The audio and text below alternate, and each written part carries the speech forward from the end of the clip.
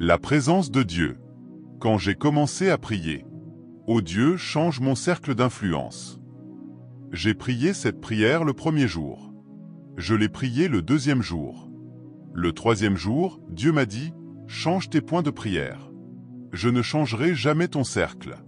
C'est toi qui dois changer ta capacité. Travaille et développe ta capacité au point où tu dépasses les personnes qui sont autour de toi.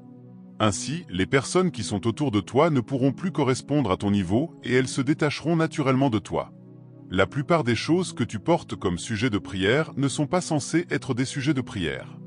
Elles sont censées être des sujets de travail. Je le répète. Les grandes portes s'ouvrent aux hommes de grande capacité. Les grandes plateformes et les grandes scènes sont réservées aux hommes de grande capacité. Je sais que tu pries en disant « Père Dieu, je veux être pasteur d'une église de milliers de personnes. Je veux être pasteur d'une église de milliers de personnes. Je veux être pasteur d'une église de milliers de personnes. » C'est une bonne prière. Pourtant, tu fais paître 50 personnes. Pourtant, même le générateur, tu n'arrives pas à payer l'essence, et même les 2 employés que tu as dans ce groupe, tu leur dois leur salaire, et tu demandes à Dieu de te donner une méga-église. Sais-tu ce qu'est une méga-église ? 20 000, 50 000, c'est un méga mal de tête. Si tu n'es pas capable de gérer le salaire de seulement 2 personnes, comment vas-tu gérer le salaire de 200 personnes ? Dieu dit à Moïse, voyant que le travail est trop grand pour toi, choisis parmi le peuple des hommes établis sur des milliers, sur des centaines, sur des cinquantaines et sur des dizaines. Et il dit que c'est Exode 18 verset 21. Il dit, choisis parmi tout le peuple des hommes. Un autre mot pour apte et capable. Ainsi que tu diriges 1000 personnes, ou que tu diriges 100, ou que tu diriges 50, ou que tu diriges 10, c'est le reflet de ta capacité. Et si tu as l'impression que tu n'es pas content de Dieu, Dieu, je ne suis pas content. Regarde ces 10 personnes chaque jour, les mêmes 10 personnes. Alors travaille sur ton intérieur. Oh, peut-être que je suis venu au mauvais endroit aujourd'hui. As-tu déjà vu ce ballon qui s'envole? Tu sais ce qui le fait voler? On le remplit de gaz hélium. Et le gaz hélium soulève le ballon de lui-même. Si tu veux que Dieu t'élève, remplis-toi de capacité. Personne ne te retiendra en bas. Laisse-moi prophétiser encore. Personne ne te retiendra en bas. Oui, laisse-moi prophétiser encore. Personne ne te retiendra en bas. Puisses-tu être en charge physiquement. Puisses-tu aussi être en charge des ressources. Puisses-tu aussi prendre possession des villes, des villes, des villes, des villes. Oh, tu ne veux pas de ville? Tu veux rester un champion local. Puisses-tu prendre possession des villes, des villes, des villes, des villes. Maintenant, laisse-moi te montrer Luc 16 verset 10. Celui qui est fidèle dans les petites choses est aussi fidèle dans les grandes, et celui qui est injuste dans les petites choses est aussi injuste dans les grandes. Verset 11. Si donc vous n'avez pas été fidèle dans les richesses injustes, qui vous confiera les vraies richesses? Numéro 1. Si dans le domaine des finances que Dieu t'a donné tu n'es pas fidèle, comment Dieu te donnera-t-il de l'argent vraiment lourd? Les dîmes ordinaires, tu ne les paies pas, tu ne peux aller nulle part. Peu importe combien tu jeûnes, peu importe combien tu pries, tu resteras toujours petit si tu n'es pas fidèle dans ces choses. Si tu n'es pas fidèle en cela, alors qui te confiera aussi les vraies richesses, le surnaturel? Regarde le verset suivant. Le verset 12 dit, « Et si vous n'avez pas été fidèle dans ce qui est à autrui, qui vous donnera ce qui est à vous ?» Combien d'entre vous sont là où ils sont et veulent que Dieu les établisse dans leur propre ministère? Vous ne voulez pas lever la main maintenant. Ceci est la parole de Dieu. Le ciel et la terre passeront, la parole de Dieu ne passera jamais. Si tu cries pour que Dieu t'emmène à ton niveau suivant, donne-moi ce qui est à moi, mon frère, tu dois commencer par devenir fidèle. D'accord, allons à un autre verset dans cette même structure. Le verset numéro 17. Et il lui dit, « C'est bien, bon et fidèle serviteur, parce que tu as été fidèle en très peu de choses, reçois autorité sur 10 villes. » C'est Luc 19 verset 17. Puisses-tu avoir autorité sur des villes? Laisse-moi le dire encore, puisses-tu avoir autorité sur des villes? Quand je suis arrivé au Royaume-Uni, je venais de terminer un programme dans l'État du Delta, c'était le PFN de l'État avec Kingsley, l'évêque Kingsley, qui est le président du PFN de l'État, il m'avait invité comme invité. Nous avons terminé ce programme, je suis rentré à Calabar, j'ai fait ma valise, nous avons pris l'avion pour Londres. Quand je suis arrivé à Londres, ils ont dit « Wally, d'accord, veut rassembler tous les pasteurs à Manchester » et une dizaine de pasteurs et quelques-uns de plus se sont rassemblés à Manchester. Et ils ont dit qu'ils avaient besoin d'une autre personne qui donnerait une exhortation avant que Wally ne monte. Ils ont dit, le révérend vient de terminer le programme dans l'État du Delta avec Wally et il est au Royaume-Uni. Appelons-le. J'ai reçu un appel téléphonique. Peux-tu intervenir et monter pour parler avec notre père Wally? C'est ainsi que je suis entré à Manchester. Pendant ce temps, j'avais 10 jours inscrits dans mon agenda, aucun programme, aucun engagement. Je suis arrivé là-bas, c'était une conférence de ministres. Je devais parler pendant 20 minutes pendant que Wally venait de l'aéroport. Tu connais les problèmes de corps. D'accord, il a eu un problème avec le vol, il a raté son vol, il n'a pas pu prendre l'avion. Pendant que je parlais aux ministres à Manchester, ils m'ont donné un papier. Le papier disait « Prêche. Tu es le seul orateur ici. J'ai délivré par sa grâce. » Quand j'ai terminé, tous les pasteurs de ce programme ont dit « C'est Dieu qui a empêché Wally de venir. » C'est le vrai message. Avant même que je m'en rende compte, tous les pasteurs de Manchester, de Liverpool, commençaient à me réserver à Liverpool, à me réserver à Manchester. Et comme Wally n'est pas venu, l'hôtel qu'ils avaient réservé pour Wally, ils m'ont emmené dans sa suite à l'hôtel. Je suis entré dans cet endroit et j'ai dit « Ceci est bien, ceci est agréable, ceci est correct. Vois-tu un homme qui est diligent? Il ne se tiendra jamais devant des hommes de peu. Laisse-moi te montrer quelque chose entre Adam et Moïse. Ensuite, je te montrerai quelque chose entre Pierre et Paul. Tu sais qu'Adam, en tant que premier homme, n'est jamais allé à l'école séculière. Il a appris de la nature. Il a vécu 930 ans, mais il n'avait personne pour l'instruire et le former.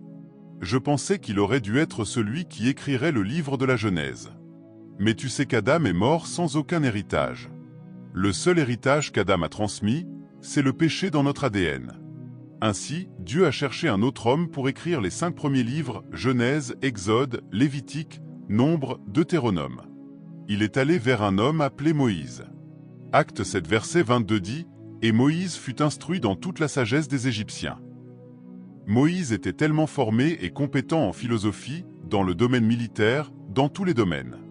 Quand Dieu cherchait un homme pour établir les 5 premiers livres puissants, le Pentateuque, il est allé choisir un homme qui avait de la capacité. Quand Jésus a commencé l'Église, il a choisi un homme appelé Pierre comme chef de la bande apostolique. Mais quand il s'est agi de poser par écrit des épîtres qui traverseraient l'âge de l'Église, 2000 ans de personnes étudiant ces livres, il a laissé Pierre et a choisi Paul, un homme très polyvalent, bien instruit et bien formé. Il a choisi Paul pour écrire les 2 tiers du Nouveau Testament. Frère, sais-tu pourquoi tu es un champion local? Désolé, je t'avais dit que je serais un peu dur aujourd'hui. Et il n'est pas trop tard, mais tu dois travailler sur toi-même. Arrête de te couvrir avec la spiritualité. Fais la prière. Fais le jeûne. Je ne plaisante pas avec ce domaine. En fait, pour moi, c'est le domaine le plus important. Mais si tout ce que tu fais, c'est jeûner et prier et parler en langue, et que tu ne travailles pas sur toi-même, je veux t'assurer que pendant les 20 prochaines années, personne n'entendra parler de toi. La puissance de devenir, le fait d'être appelé au ministère des 5 fonctions n'est pas suffisant. Il a donné les uns comme apôtres, les autres comme prophètes, les autres comme pasteurs, les autres comme docteurs, les autres comme évangélistes. Paul dit à Timothée, 2 Timothée chapitre 1 verset 6, « C'est pourquoi je t'exhorte à ranimer le don de Dieu que tu as reçu par l'imposition de mes mains. » Quand Dieu te donne un don, il ne te le donne pas en pleine floraison. Il te donne un don, et c'est à toi d'emballer ce don, de travailler sur ce don, de construire ce don. Pasteur et pasteur ne sont pas la même chose. Prophète et prophète ne sont pas la même chose. Apôtre et apôtre ne sont pas la même chose. Évangéliste et évangéliste ne sont pas la même chose. Nous sommes tous appelés. Mais si tu ne travailles pas sur toi-même, on aura l'impression que tu n'as pas été appelé. Et le même Paul dit à Timothée, 1 Timothée chapitre 4 verset 13, « Jusqu'à ce que je vienne, applique-toi à la lecture, à l'exhortation et à l'enseignement. Ne néglige pas le don qui est en toi. » Alors, comment ne pas négliger le don qui est en toi? En lisant, en étudiant, par l'exhortation. Le verset suivant dit, « Donne-toi tout entier à ces choses, afin que tes progrès soient évidents pour tous. » Vois. Puis-je te dire encore une chose? Arrête de prier pour l'argent. Travaille sur toi-même. L'argent viendra de lui-même. Mais certains d'entre vous n'écouteront pas cela. Vous continuerez à prier pour l'argent. Tu dois devenir pour avoir. Je sais que tu peux dire que le Nigeria est dur, qu'il n'y a pas d'argent, que les choses sont très difficiles. S'il te plaît, ça, c'est ton propre chiffre spécial. Ce n'est pas mon chiffre. Pour moi, le Nigeria n'est pas difficile. J'aime ça. J'aime la condition dans laquelle je suis maintenant parce que l'argent entre dans ma maison chaque jour. Je ne manque pas d'argent. Je ne peux jamais manquer d'argent parce que je suis l'argent. J'ai construit ma capacité à un tel point que l'argent est toujours à ma recherche. Il ne me... Oh, la façon dont tu me regardes. Désolé.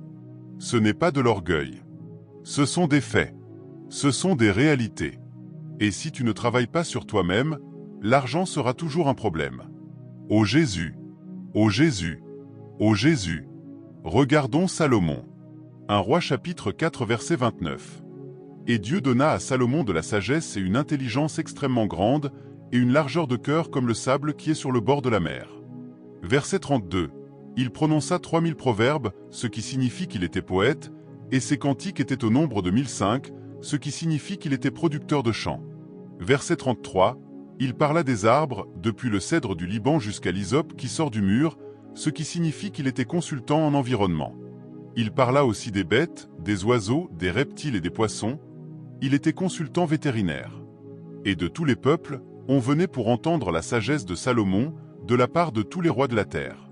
Il était le consultant des rois et des nobles.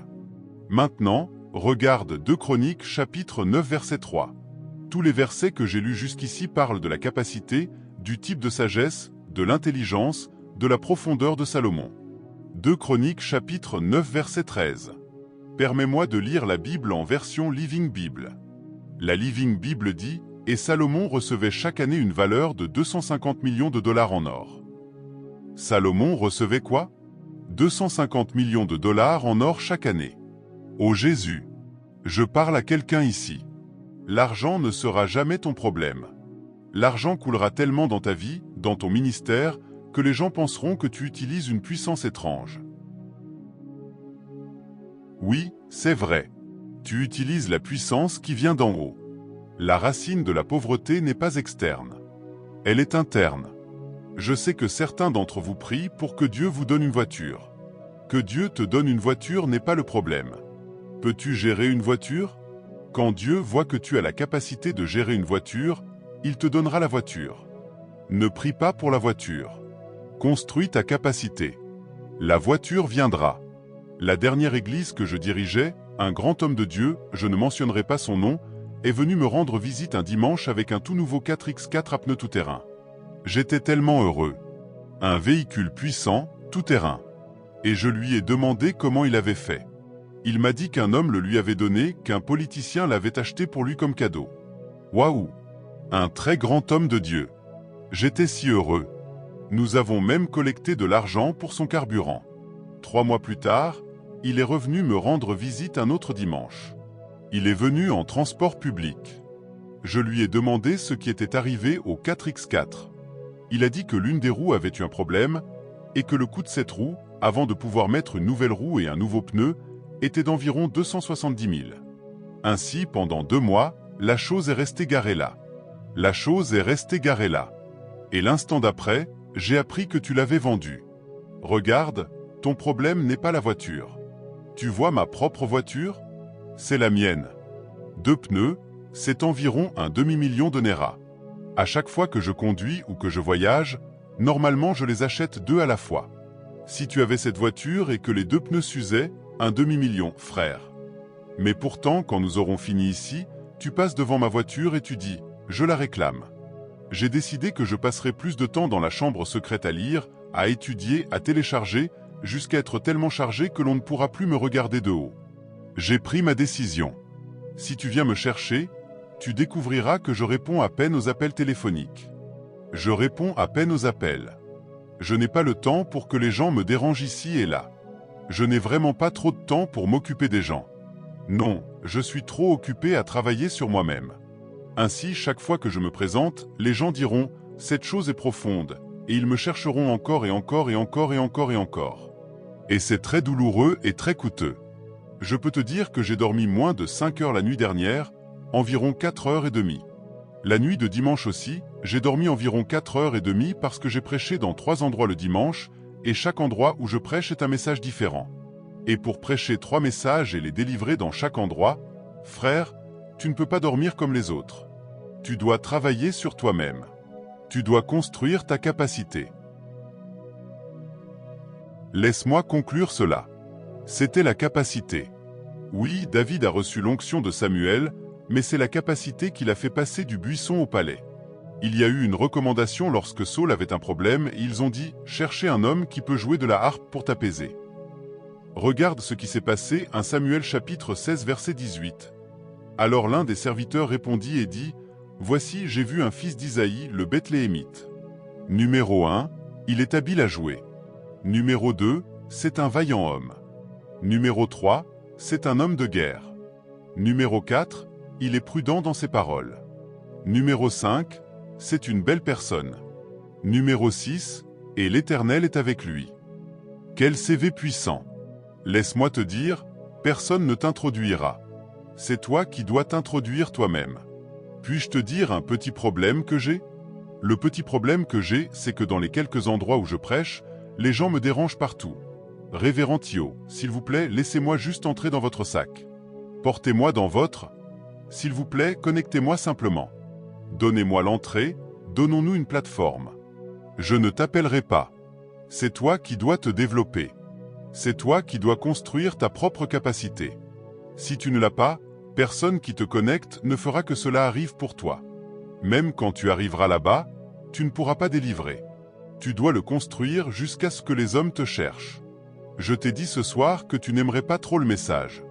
Mais c'est ce dont tu as besoin. Et si tu ne le prends pas, tu te demanderas pourquoi tu jeûnes et tu pries tellement. Dieu, tu sais qu'ils sont ici. Dieu, tu sais qu'il voit, tu sais, il voit toutes les choses que je traverse. Oh, il jeûne. Tu sais qu'il voit, Dieu, il voit. Mais lui, il voit au-delà du jeûne et de la prière. Il regarde à l'intérieur de ton récipient et il dit, « Si je te donne cette chose, elle te tuera. » Il n'y a rien de mal à retourner à l'école séculière, et il n'y a rien de mal non plus, si tu ne retournes pas à l'école séculière, tu peux aussi te développer dans les écoles du Saint-Esprit. J'espère que tu sais que chaque diplôme et chaque certificat que tu as, dans 3 ans, est obsolète. Il a besoin d'une mise à jour. Tout ce que tu penses avoir dans la vie parce que tu es allé une fois à l'école, frère, tu dois continuer à affûter tes compétences. Je veux déclarer qu'il y a quelqu'un ici dans les 3 prochains mois, parce que tu vas courir avec ce message, tu vas travailler sur toi-même.